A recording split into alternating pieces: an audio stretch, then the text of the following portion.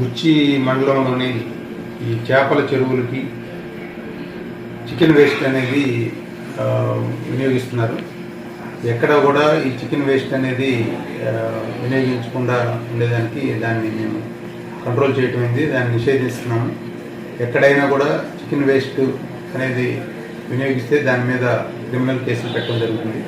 అట్లాగే దానివల్ల అది వినియోగించినందువల్ల చేపల చెరువుల్లో ప్రజల ఆరోగ్యానికి కూడా హానికరం కాబట్టి అట్లాంటి చికెన్ వేస్ట్ బండ్లు కానీ ఏ అయినా కూడా ఈ మండలంలో వాళ్ళు ట్రాన్స్పోర్ట్ చేసినా ఎక్కడైనా వినియోగించినా కూడా చేపల చెరువుల్లో వాళ్ళ మీద కఠిన చర్యలు తీసుకోవడం జరుగుతుంది. అట్లాగే క్రిమినల్ కేసులు కూడా నమోదు చేయడం జరుగుతుంది.